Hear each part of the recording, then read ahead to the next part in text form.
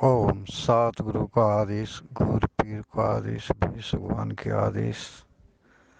आज हम गुरु के ज्ञान के सागर में ऋषि और भगवान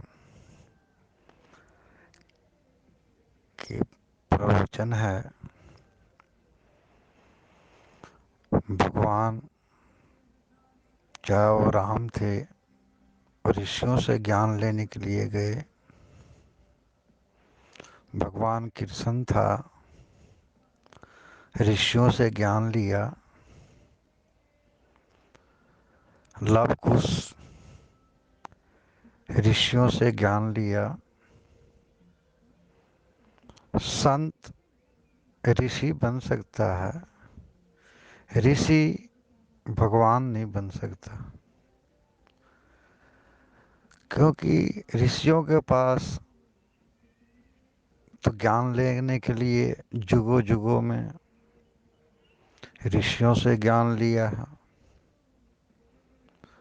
चाहे वो भगवान राम हो, चाहे वो कृष्ण हो, चाहे जो भी देवी देवता हो, सब ऋषियों की शरण लिए हैं, उनसे ज्ञान लिया है।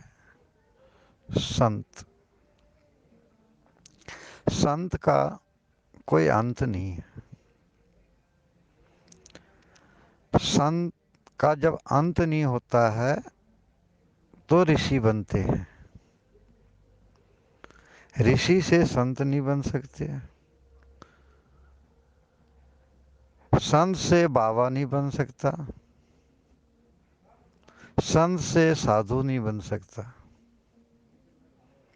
संत तो संत हैं, संत का कोई अंत नहीं।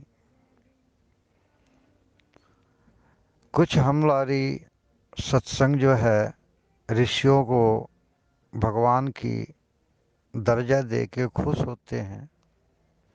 जो भगवान की दर्जा बहुत बड़ा है, भगवान की दर्जा बड़ा नहीं है, ऋषि की दर्जा बड़ा है। जिस प्रकार से संत की दर्जा बड़ा नहीं है, ऋषि की दर्जा बड़ा है।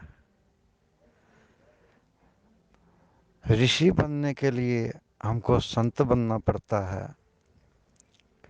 संत के अंदर में दिया है तप, ज्ञान, सेवा।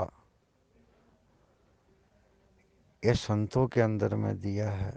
जो संत वेद पढ़ता है, वेद पढ़ाता है, ज्ञान लेता है, ज्ञान देता है, दान लेता है, जग करता है, यह संत का क्रम है।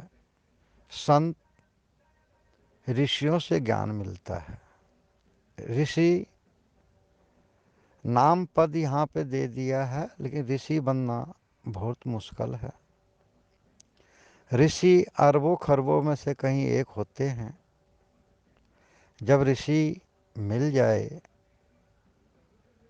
तो उनकी ज्ञान से हमारा 10वां द्वार खुल जाता है, ज्ञान भरपूरन हो जाता है।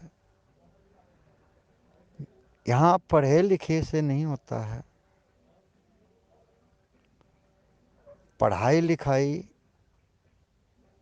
एक विद्या सरस्वती है। इसके अलावा भी, पढ़ाई लिखाई के अलावा भी ज्ञान होता है, जो ज्ञान गुरुओं से मिलता है। गुरु बिना ज्ञान नहीं, साह बिना पत नहीं।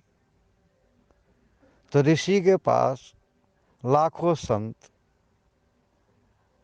लाखों भगवान, लाखों भक्त ज्ञान लेने के लिए जाते हैं।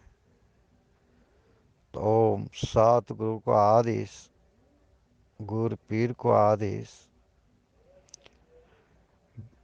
इसका अर्थात यही होता है और हर इंसान को समझना चाहिए। तो जयकारा गुरु महाराज का बोल, सच्चे दरबार की जय।